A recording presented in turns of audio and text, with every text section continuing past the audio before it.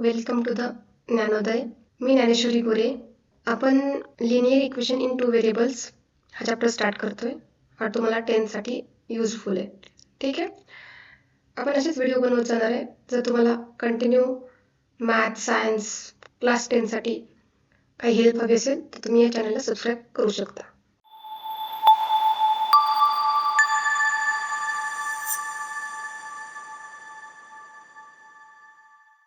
Okay, पहा आता याच्यामध्ये आपण सगळ्यात पहिलं पाहणार आहोत पॉलिनॉमियल वर्सेस इक्वेशन. म्हणजे पॉलिनॉमियल आणि इक्वेशन्समध्ये काय डिफरन्स असतो. त्याच्यात एक पॉईंट पाहूया आपण, अल्जेब्रिक एक्सप्रेशन्स. तुम्ही हे बेसिक गोष्टी ज्या आहेत ती 7th 8th क्लासमध्ये शिकलेलो आपण 9th पर्यंत, पण तरी एकदा रिव्हिजन करून घेऊयात. ठीक आहे. पहा, अल्जेब्रिक एक्सप्रेशन्स. आता हे अल्जेब्रिक एक्सप्रेशन्स म्हणजे असतात काय. त्याच्यामध्ये तुम्ही पाहत असाल की ते 2x 3x -x या काही गोष्टी मी ते लिहिलेल्या आहेत. ठीक आहे. पाहता हे 2x, या 2x मध्ये हे x जे आहे त्या x ला आपण बोलतो व्हेरिएबल. व्हेरिएबल म्हणजे काय असतं की ज्याची व्हॅल्यू काय करते, व्हॅरी करते. काय करते, व्हॅरी करते, म्हणून त्याला व्हेरिएबल बोलतात. ठीक आहे. ज्याची व्हॅल्यू व्हॅरी करते त्याला आपण व्हेरिएबल बोलतो. ठीक आहे. तर आपण एक्सच्या ऐवजी काही दुसरे व्हेरिएबल्स घेऊ शकतो का. हा, एक्सच्या ऐवजी आपण काही कोणतेही व्हेरिएबल्स घेऊ शकतो. m n y p q. ठीक आहे. कोणतेही व्हेरिएबल्स आपण एक्सच्या ऐवजी यूज करू शकतो. ठीक आहे. त्याची व्हॅल्यू फिक्स नसते म्हणून त्याला व्हेरिएबल बोललं जातं. एक्स सोबतचा हा 2 आहे त्याला आपण बोलतो कोइफिशियंट. काय बोलतो आपण, कोइफिशियंट. तर हे जे कोइफिशियंट आणि व्हेरिएबल मिळून जे बनतं ते असतात अल्जेब्रिक एक्सप्रेशन्स. ठीक आहे. हे 2x 3x -x हे काय एक्झाम्पल्स आहेत अल्जेब्रिक एक्सप्रेशनचे. तर अल्जेब्रिक एक्सप्रेशन एकत्र येऊन जे बनतं ते बनतं का तुमचं पॉलिनॉमियल. 3x² + 2x + 1 ज्यामध्ये काय ऍड केले आपण, सेम अल्जेब्रिक एक्सप्रेशन घेतलेत, फक्त त्याच्यामध्ये काय केलंय, प्लस मायनसचे साइन ऍड करू शकतो. जसं की आता मी इथे लिहू शकते की ax² + bx + c. ठीक आहे. याच्यामध्ये x² माझं काय, x माझं व्हेरिएबल आहे. ठीक आहे. ab माझे कोइफिशियंट आहेत आणि ह्याच्यामध्ये जो c असतो तो असतो कॉन्स्टंट. हा असतो कॉन्स्टंट. ठीक आहे. त्याच्यामध्ये मी काय केलं की फक्त हे जे एक्सप्रेशन्स आहेत त्यांना काय केलंय, प्लस मायनस साईनने कनेक्ट केलंय. प्लस मायनस साईनने तुम्ही काय करू शकता ना, एकत्र जर तुम्ही बनवलं तर जे इक्वेशन बनतं, इक्वेशन नाही बोलू शकत, जे एक्सप्रेशन बनतं त्या एक्सप्रेशनला आपण बोलतो पॉलिनॉमियल. आता नेक्स्ट अजून एक टर्म आहे इक्वेशन. इक्वेशन आणि एक्सप्रेशन पॉलिनॉमियल मध्ये काय डिफरन्स आहे, फक्त जे कोणतेही पॉलिनॉमियल असेल त्याला इक्वल टू जर तुम्ही 0 केलं म्हणजे इक्वेशनच्या फॉर्ममध्ये, इक्वल टूच्या फॉर्ममध्ये लिहिलं, इक्वल टू म्हणजे इक्वेशनच्या फॉर्ममध्ये लिहिलं तर आपण त्याला काय बोलतो, इक्वेशन. एक मॅथमॅटिकल स्टेटमेंट बनतं. ठीक आहे. जिथे आपण इक्वल हे साइन यूज करतो. ठीक आहे. पहा जसं की आता ax² + bx + c = 0 हा म्हणजे स्टँडर्ड फॉर्मॅट असतो लिहिण्याचा. याच्यामध्ये हे ab कोइफिशियंट असतात आणि c हा कॉन्स्टंट असतो आणि = 0 जर आपण इथे दाखवलं तर हे बनतं आपलं इक्वेशन. त्या डिफरन्स समजला का. पहा, सिंपल गोष्टी आहे, त्याच्यामध्ये जास्त असं डिफिकल्ट काही नाहीये, फक्त आपल्याला थोडंसं त्याच्यामध्ये डिफरन्स समजून घ्यायचा आहे. एक्सप्रेशनमध्ये फक्त काय असतात तर कोइफिशियंट आणि व्हेरिएबल्स असतात आणि ते कोइफिशियंट आणि व्हेरिएबल एकत्र आपण जर प्लस मायनस केले तर आपण त्यांना बोलतो पॉलिनॉमियल. आणि जे पॉलिनॉमियल आहे त्याला इक्वल टू पण 0 केलं तर ते बनतं इक्वेशन. ठीक आहे. पुढे जाऊयात. हे बेसिक गोष्टी आहेत, तुमच्या ऑलरेडी त्या क्लिअर असतील. नेक्स्ट आता पहा, व्हेरिएबल्स. हा मी तुम्हाला एक्सप्लेन केल्याप्रमाणे x y हे जे आहेत हे काय आहेत, एक्सप्रेशन पॉलिनॉमियलमध्ये व्हेरिएबल्स आहेत. हा मल्टिपल व्हेरिएबल्स असू शकतात एका इक्वेशनमध्ये, आपण ते पाहणार आहोत. टाइप्स ऑफ पॉलिनॉमियलमध्ये आपण त्या गोष्टी पाहणार आहोत. कोइफिशियंट म्हणजे जे व्हेरिएबल सोबत जे जोडून येतं हे असतात आपले कोइफिशियंट. इथे 3 आणि इथे 2 हा काय कोइफिशियंट. x² चा कोइफिशियंट आहे 3 आणि x चा कोइफिशियंट आहे 2. टर्म्स म्हणजे ज्या प्लस मायनसने सेपरेट होतात. इथे पहा दोन टर्म आहेत. 5x एक टर्म आहे आणि 2 एक टर्म आहे. इथे 3 टर्म्स आहेत, 1 2 3. ज्या प्लस मायनसने सेपरेट होतात त्या टर्म्स असतात. 1 2 आणि 3 टर्म्स आहेत. इथे कॉन्स्टंट म्हणजे काय, तर कॉन्स्टंट म्हणजे हा जो लास्टचा लास्टची व्हॅल्यू दिसते तुम्हाला +1, हा कॉन्स्टंट आहे. का कॉन्स्टंट करायच्या सोबत कोणतंही व्हेरिएबल नाही आहे. ठीक आहे, व्हेरिएबल नाही म्हणून हा कॉन्स्टंट होतो. जर व्हेरिएबल असेल एखाद्या न्यूमरिकल व्हॅल्यू सोबत तर ते बनतं तुमचं कोइफिशियंट. हा इथे ट्रू कोइफिशियंट असेल, कॉन्स्टंट असू शकणार नाही कारण याच्यासोबत व्हेरिएबल आले. इथे व्हेरिएबल नाही त्याच्यामुळे हा बनतो तुमचा कॉन्स्टंट. ठीक आहे, त्याच्यामध्ये पहा नेक्स्ट टाइप्स ऑफ इक्वेशन्स. त्याचे 2 टाइप्स पाहतो, based on degree and based on variables. Based on डिग्रीमध्ये 3 टाइप्स येतात. बेस्ड ऑन डिग्रीमध्ये 3 टाइप्स पहा. जो एक आहे तो लिनियर इक्वेशन्स. द डिग्री म्हणजे ऍक्च्युली काय असतं, हायेस्ट पॉवर. आता हायेस्ट पॉवर म्हणजे काय पहा, इथे एक इक्वेशन दिले तुम्हाला. हे इक्वेशन आहे ना, =0 म्हणजे इक्वेशन आहे. हे इक्वेशन म्हणजे एक्सची पॉवर काय, काही नाहीये म्हणजे 1 असते. एक्सची पॉवर काही नाहीये म्हणजे 1 असते. त्याच्यामुळे हायेस्ट पॉवर या इक्वेशनची काय होईल, 1. त्याच्यामुळे डिग्री 1. या इक्वेशनमध्ये पहा, इथे एक्सची पॉवर काही नाहीये म्हणजे 1 आहे. इथे एक्सची पॉवर 2 आहे. ज्याच्यामध्ये हायेस्ट पॉवर कोणती आहे, तर हायेस्ट पॉवर एक्सची 2 आहे. त्याच्यामुळे या इक्वेशनची डिग्री बनते 2. या ह्याच्यामध्ये पहा, या इक्वेशनमध्ये इथे एक्सची पॉवर 1 आहे, इथे 2 आहे आणि इथे 3 आहे. त्याच्यामध्ये हायेस्ट पॉवर कोणती आहे, हायेस्ट पॉवर म्हणजे 3 आहे. त्याच्यामुळे याची डिग्री असते 3.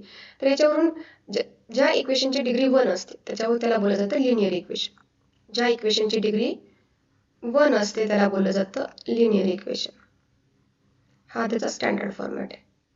ax + b = 0. आता क्वाड्रॅटिक इक्वेशन ज्याची डिग्री काय असेल 2, त्याच्यामुळे त्याला क्वाड म्हणजे 2. क्यूब म्हणजे 3. क्युबिक म्हणजे हायेस्ट डिग्री किती असणार आहे 3. क्वाड म्हणजे हायेस्ट पॉवर म्हणजे डिग्री किती असणार आहे 2. आणि लिनियरमध्ये डिग्री किती असते तर 1 असते. ठीक आहे, पहा हा त्याचा लिनियरचा झाला स्टँडर्ड फॉर्म. क्वाड्रॅटिक इक्वेशनचा स्टँडर्ड फॉर्म असतो ax² + bx + c = 0. ठीक आहे, आता आपण पाहूया क्युबिकचा फॉर्म कसा असेल. क्युबिकचा फॉर्म असेल ax³ + bx² + cx + d = 0. हा झाला स्टँडर्ड फॉर्म क्युबिकसाठी. आपण पाहणार आहोत, आपल्या चॅप्टरचं नाव आहे लिनियर इक्वेशन इन 2 व्हेरिएबल्स. तर लिनियर इक्वेशन पाहणार आहोत आपण या चॅप्टरमध्ये, आणि हे बेस्ड ऑन व्हेरिएबलमध्ये जे पाहणार आहोत आपण ते 2 व्हेरिएबल्स पाहणार आहोत. 1 व्हेरिएबल म्हणजे ज्याच्यामध्ये फक्त आपल्याला 1 व्हेरिएबल असते इक्वेशनमध्ये, ते झालं 1 व्हेरिएबल. इथे 1 व्हेरिएबल कोणतं आहे, इथे व्हेरिएबल आहे तुमचा x. ठीक आहे, याच्यामध्ये पहा 2 व्हेरिएबल्स दिसतील तुम्हाला. 2 व्हेरिएबल्स म्हणजे एक x आहे, दुसरं y आहे. तर आपण पाहणार आहोत लिनियर इक्वेशन इन 2 व्हेरिएबल्स. तर हे लिनियर इक्वेशन म्हणजे ज्याची डिग्री 1 असेल, आणि फक्त आपण याच्यामध्ये पाहणार आहोत 2 व्हेरिएबल्सच्या फॉर्ममध्ये. 1 व्हेरिएबल आपण पाहिलेलं ऑलरेडी 9th मध्ये. आता आपण 2 व्हेरिएबल्स वाला पाहणार आहोत. ठीक आहे, पाहूया नेक्स्ट. आपल्या चॅप्टरचं नाव आहे लिनियर इक्वेशन इन 2 व्हेरिएबल्स. त्यालाच आपण सायमल्टेनियस लिनियर इक्वेशन ही बोलतो. या दोन्हीपैकी कोणता जरी वर्ड यूज झाला तरी तुम्ही ते हे समजा की लिनियर इक्वेशन इन 2 व्हेरिएबल्स आहे. ठीक आहे, क्वेश्चनमध्ये कोणताही विचारलं जाऊ शकतं की solve the simultaneous linear equation या solve the linear equation in 2 variables. ठीक आहे, पहा इथे an equation which contains 2 variables and the degree of each term containing variable is 1. म्हणजे काय, इक्वेशन इन विच, असं इक्वेशन ज्याच्यामध्ये काय 2 व्हेरिएबल्स असतील. ठीक आहे, 2 व्हेरिएबल्स म्हणजे x आणि y किंवा कोणतेही 2 व्हेरिएबल्स असतील, आणि डिग्री काय असेल त्याची फक्त 1. डिग्री काय राहील, हायेस्ट डिग्री म्हणजे हायेस्ट पॉवर काय राहील 1, या डिग्री 1 राहील. त्याला आपण काय बोलू, लिनियर इक्वेशन. त्याचा हा स्टँडर्ड फॉर्मॅट राहील. त्याच्यापैकी हे इम्पॉर्टंट आहे पहा, ABC हे काय असतील, रिअल नंबर्स असतील. त्याच्यापैकी A and B = 0 होऊ शकत नाही. लक्षात ठेवा, A आणि B = 0 होऊ शकणार नाही. C = 0 होऊ शकतं, पॉसिबिलिटी आहे की C = 0 असू शकतं. C can be 0 but A and B cannot be 0. It should be not equal to 0. ठीक आहे, A and B should be not equal to 0. आता हे असं का बोलतोय आपण, हे का एवढा फोकस का करतोय याच्यावरती, तर आपल्याला ते नेक्स्ट स्लाइडमध्ये समजून जाईल. रिअल नंबर्स ABC काय आहेत, रिअल नंबर्स आहेत. ठीक आहे, आता नेक्स्ट पहा, वेट, इथे एक एक्झाम्पल आहे पहा. आता सपोज हे तुम्हाला गिवन क्वेश्चन आहे की हे इक्वेशन आहे. हे इक्वेशनला जर आपल्याला स्टँडर्ड फॉर्ममध्ये बनवायचं, 3x = 4y - 12.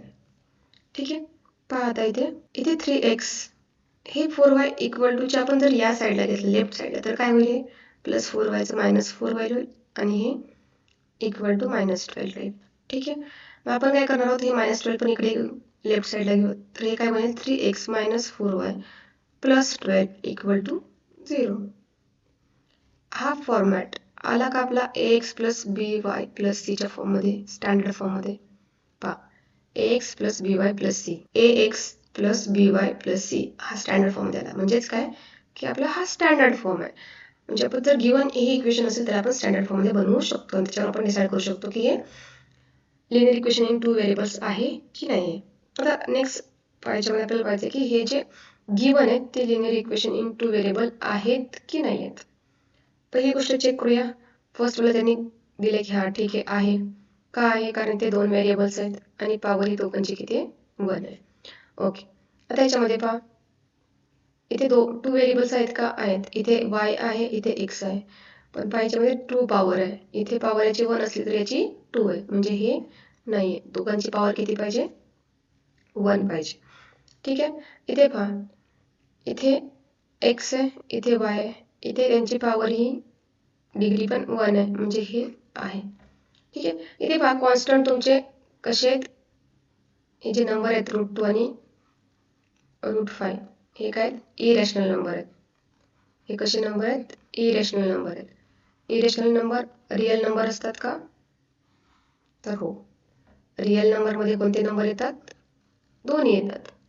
रिअल नंबरमध्ये रॅशनल पण येतात आणि इरॅशनलही येतात. आपली कंडिशन काय होती आठवतं का रिअल नंबर. इथे आपण पाहिजे ना ए आणि बी कसे ABC कसे पाहिजे रिअल नंबर पाहिजे. त्याच्यानुसार हे √2 √5 काय इरॅशनल आहेत. इरॅशनल म्हणजेच ते रिअल नंबर आहेत. ठीक आहे. त्याच्यामुळे तो इश्यू नाही आहे. आता पहा फोर्थवाला हे इक्वेशन लिनियर इक्वेशन आहे. फोर्थवाला पहा फोर्थवाल्यामध्ये काय दिलं त्यांनी पहा ए इक्वल टू इथे पहा काय 0 आहे. ए इक्वल टू 0 आहे. आपली कंडिशन काय होती ए आणि बी इक्वल टू 0 असू शकत नाही. तर इथे पहा ए इक्वल टू 0 आहे म्हणजे ही पॉसिबल नाही आहे. इथे पहा इथे बी इक्वल टू 0 आहे म्हणजे वायचा जो कोएफिशियंट आहे किंवा एक्सचा जो कोएफिशियंट आहे तो 0 नको आहे आपल्याला. जर 0 असेल तर काय होईल ॲक्च्युअली पहा का नको आहे. आता 0 आहे म्हणजे ही पूर्ण टर्म 0 झाली. 0 झाली म्हणजे राहिलं काय आपल्याकडे फक्त 6y - 3 इक्वल टू 0. हे तर लिनियर इक्वेशन आहे पण हे 1 व्हेरिएबलमध्ये झालं. ते अजून एक व्हेरिएबल दिसते का कोणतंही नाही आहे. व्हेरिएबल नाही म्हणजे काय इक्वेशन आहे ते कसं झालं लिनियर इक्वेशन इन 1 व्हेरिएबल. त्याच्यामुळे हे 2 व्हेरिएबल्समध्ये कन्सिडर केलं जाणार नाही. ठीक आहे. आता इथे पण पहा इथे 0 आहे म्हणजे पूर्ण टर्म काय होईल कॅन्सल 0 होऊन जाईल. मग आपल्याकडे फक्त राहते काय की 0.3x - 36 इक्वल टू 0 एवढंच राहते. एकच व्हेरिएबल आहे म्हणजे हे पण पॉसिबल नाही आहे. आता इथे पहा स्टँडर्ड फॉर्ममध्ये नाही आहे तर आपल्याला स्टँडर्ड फॉर्ममध्ये बनवावं लागेल. मग चेक करावं लागेल की ते लिनियर इक्वेशन इन 2 व्हेरिएबल आहे की नाही आहे. तर पहिले आपण सॉल्व करून बघूया. ठीक आहे. +5y equal to 4. पहिलं काय करावं लागेल तुम्हाला डिनोमिनेटर सेम करावं लागेल. डिनोमिनेटर सेम करण्यासाठी तुम्हाला हे yने इथे 4ला मल्टिप्लाय करायचं xने 5ला. तर हे 4y + 5x divided by x into y equal to इथे असेल 4. ठीक आहे. तर हे कंटिन्यू सॉल्व केलं तर काय होईल हे xy डिवाइड बाय इकडे गेल्यावर मल्टिप्लाय होईल. मग 4y + 5x equal to 4xy. त्याला स्टँडर्ड फॉर्ममध्ये करण्यासाठी आपण काय करू 4y + 5x - 4xy equal to 0 या फॉर्मॅटमध्ये घेऊन आलो. पण तरीही हा आपला स्टँडर्ड फॉर्मॅट आहे का ax + by + c equal to 0. याच्यामध्ये आपल्याकडे 2 व्हेरिएबल आहेत व्हेरी गुड. पण काय प्रॉब्लेम आहे आपला इथे -4xy x व्हेरिएबल्स एका टर्ममध्ये दोन्ही व्हेरिएबल एका टर्ममध्ये असू शकत नाहीत. त्याच्यामुळे हा पण काय होईल आपल्या क्रायटेरियामध्ये बसत नाही. हे पण linear equation in 2 variable possible नाही आहे. आता लास्ट पहा 4xy - 5y - 8 इक्वल टू 0. तर हा पण पाहायच्यामध्ये एकाच टर्ममध्ये काय 2 व्हेरिएबल एकाच टर्ममध्ये 2 व्हेरिएबल नको आहेत आपल्याला. त्यामुळे हा पण या क्रायटेरियामध्ये बसत नाही आहे. तर फक्त एकच हा वाला जो पार्ट आहे तो आपल्या लिनियर इक्वेशन इन 2 व्हेरिएबलच्या केसमध्ये बसतोय. ठीक आहे. चला आता नेक्स्ट पाहूया. आता क्वेश्चन्स आहेत सर आपल्याला. क्वेश्चन्समध्ये आपण 1 व्हेरिएबलवाले क्वेश्चन लास्ट इयर सॉल्व्ह केलेत 9th मध्ये. आता आपण या वर्षी सॉल्व्ह करणार 2 व्हेरिएबलवाले क्वेश्चन्स. ठीक आहे. 2 व्हेरिएबल्स, याच्यामध्ये एक्स आणि वाय आणि याच्यामध्ये एक्स आणि वाय. याच्यामध्ये दोन मेथड्स आहेत, एलिमिनेशन मेथड आणि सबस्टिट्यूशन मेथड्स.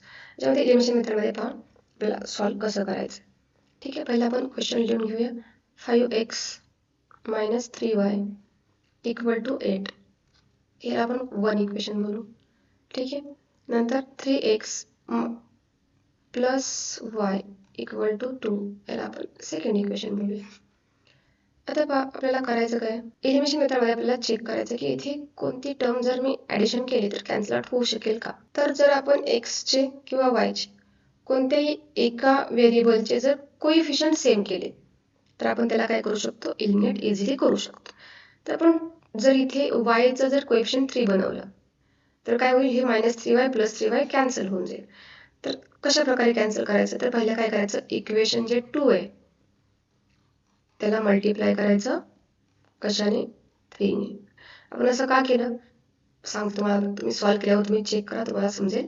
पहा, मी जर इक्वेशन 2 ला 3 ने मल्टिप्लाय केलं तर 3 × 3x + y = दोन्ही साईडला LHS RHS दोन्ही साईड आपल्याला 3 ने मल्टिप्लाय करावं लागेल. फक्त एक साईडला करून चालत नाही.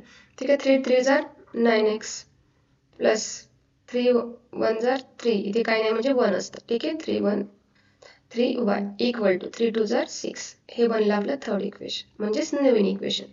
आता आपण याला विसरायचं, याला थोडं स्किप करायचं आणि जे फर्स्ट आणि थर्ड जे बनले आपलं त्याला आपण काय करूया, सॉल्व करूया.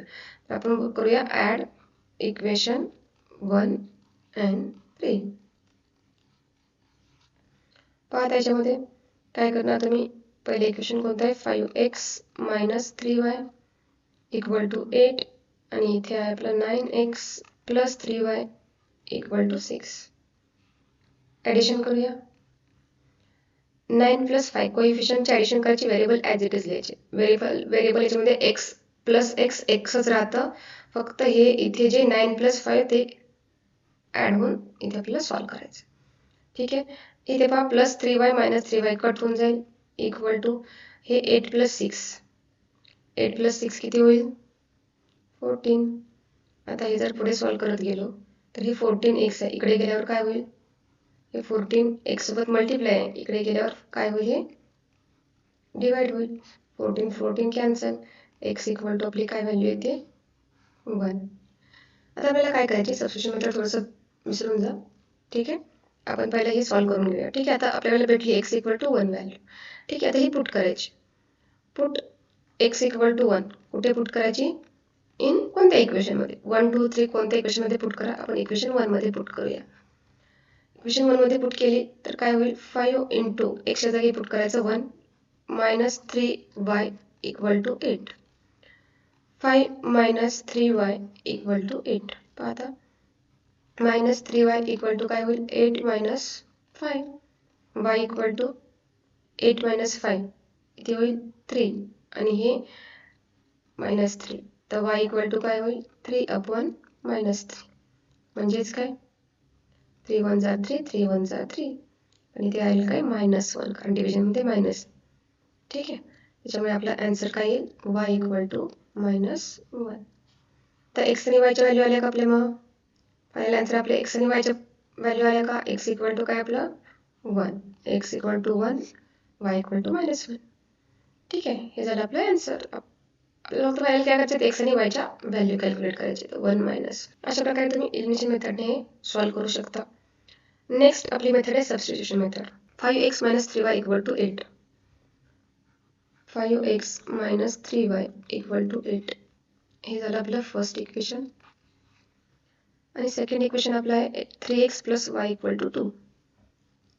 3x + y = 2. हे झालं आपलं सेकंड इक्वेशन. ठीक आहे, आपला क्वेश्चन आहे. तर सबस्टिट्यूशन मेथडमध्ये काय करायचं आपल्याला, की कोणत्याही एका व्हेरिएबलची व्हॅल्यू फाइंड आउट करायची. आता याच्यामध्ये पहा, याच्यामध्ये असं कोणतं व्हेरिएबल आहे की ज्याचा कॉन्स्टंट 1 आहे, कोइफिशियंट 1 आहे, तर कोणतंच नाही आहे.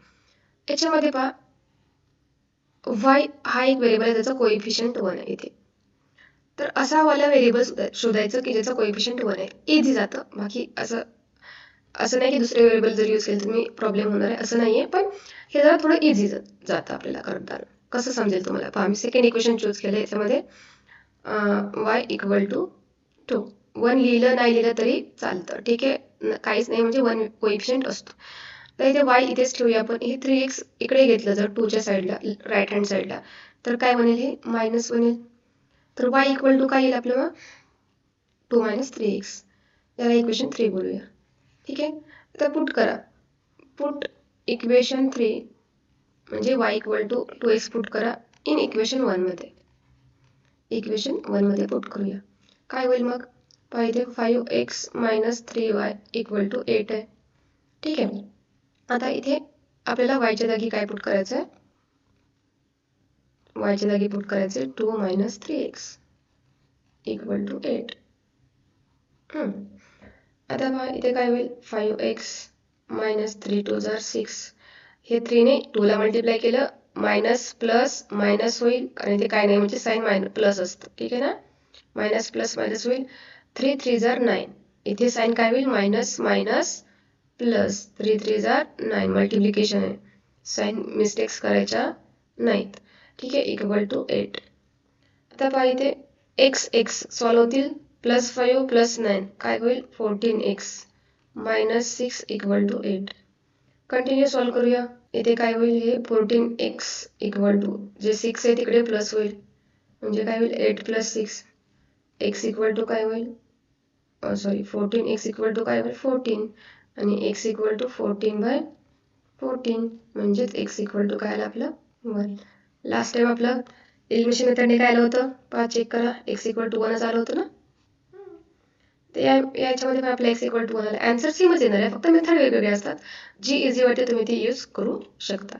आता x equal to 1, put x equal to 1 in equation. कोणत्या इक्वेशनमध्ये पुट करा, इन इक्वेशन कोणत्यामध्ये पुट करा, 3 मध्ये पुट केलं तर इझिली तुम्हाला व्हॅल्यू निघून जाईल. पहा आता 3 मध्ये पुट करूया, y इक्वल टू 2 - 3x. आपलं x ची व्हॅल्यू आहे 1, ठीक आहे. 2 - 3, तर हे 2 - 3 म्हणजे काय, बिग नंबरमधून स्मॉल नंबर मायनस करायचा, बिग नंबरची साईन द्यायची, ठीक आहे. तर बिग नंबर आहे 3, 3 - 2 1, आणि ही बिग नंबरची साईन म्हणजे मायनस. तर y ची व्हॅल्यू आपली काय येईल, -1. तर इथे आपला प्रॉब्लेम सगळ्यात जास्त होतो एक तर या केसमध्ये, जिथे आपण साईन मिस्टेक्स करतो इथे, आणि या केसमध्ये इथे, ठीक आहे.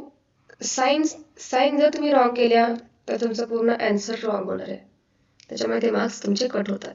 तर ट्राय करायचं की जे साईन आहेत ते साईनचे प्रॉब्लेम सॉल्व्ह झाले पाहिजे. मल्टिप्लिकेशनमध्ये मायनस प्लस मायनस होतं, मायनस मायनस प्लस होतं.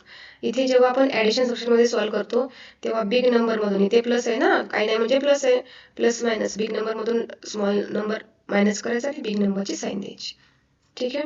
हे आपलं आन्सर झालं, सेम आन्सर आहे जे की आपण इथे कॅल्क्युलेट केलं होतं, x equal to 1, y equal to -1, ठीक आहे.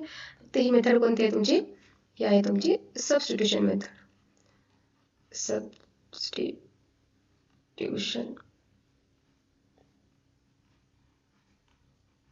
मेथड, ठीक आहे. थोडा रायटिंगमध्ये इश्यू आहे, कारण न्यू स्टार्ट केलं आहे, त्याच्यामुळे थोडं समजून घ्या. इझिली थोड्या दिवसांनी इथे इझी होऊन जाईल. प्रॅक्टिस मेक्स मॅन परफेक्ट ना, ते होऊन जाईल इझिली.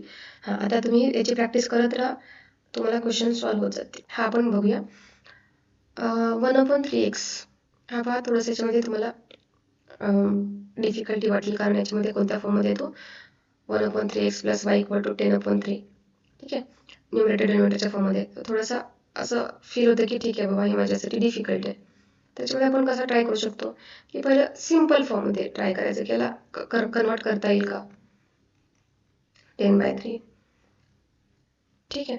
आपण जर पूर्ण इक्वेशनला या 3 ने मल्टिप्लाय केलं तर काय होईल, ट्राय करून बघूया. पहा, 1/3x याला आपण 3 ने मल्टिप्लाय करावं लागेल, प्लस yला पण 3 ने मल्टिप्लाय करायला लागेल, आणि परत 10/3ला पण 3 ने मल्टिप्लाय करावं लागेल. आता पहा, 3 कॅन्सल होईल, फक्त इथे काय राहील, x प्लस हे 3y इक्वल टू, हे 3 कॅन्सल झालं, काय राहील फक्त 10. आपलं नॉर्मल फॉर्मॅटमध्ये आलं का इक्वेशन, आलं ना. तसंच हे पण दुसरं वाला पण करून घेऊया. त्याला इक्वेशन 1 बोलू. आता सेकंड इक्वेशन पहा, 2x plus 1/4y equal to 11/4. त्याच्यामध्ये पण तसंच करायचं. इक्वेशनला कशाने मल्टिप्लाय कराल? 4ने. 2x multiply by 4 plus 1/4y multiply by 4 equal to 11/4y multiply by 4. इथे 4 कॅन्सल होईल, इथे मला 4 कॅन्सल होईल. मग हे काय 4 2 are 8x. 8x plus y equal to 11. हे तुमचं इक्वेशन बनेल सेकंड. समजते?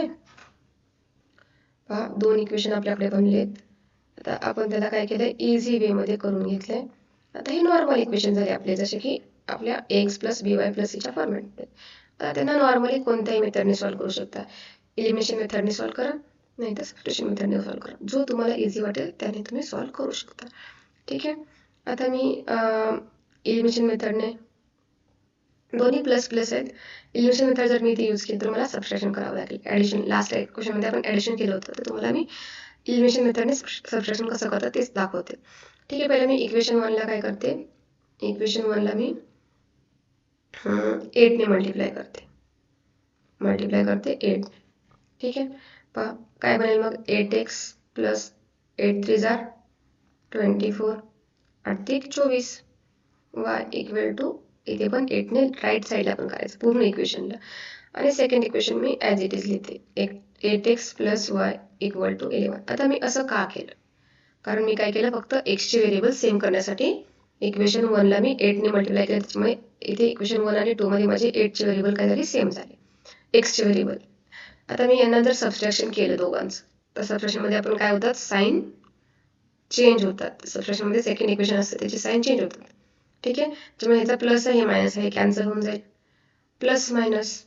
ठीक आहे. इथे काय नाही म्हणजे 1 असतं. 24 मायनस 1 23y. ठीक आहे. इथे 80 मायनस 11. 80 मायनस 11 म्हणजे कसं करणार, आता 80 मधून 10 गेले 70 राहिले, 70 मधून 1 गेले 69. ठीक आहे. y equal to 69/23. 23 3 are 69. 23 3 are 69. y ची व्हॅल्यू काय, 3. आता पहा, ही y equal to 3 value put करून पहा बरं. कोणत्या इक्वेशनमध्ये पुट करा, फर्स्ट इक्वेशनमध्ये पुट करू. Put y equal to 3 in equation 1. काय होईल पहा, इक्वेशन 1 आपलं x plus 3y equal to 10 आहे.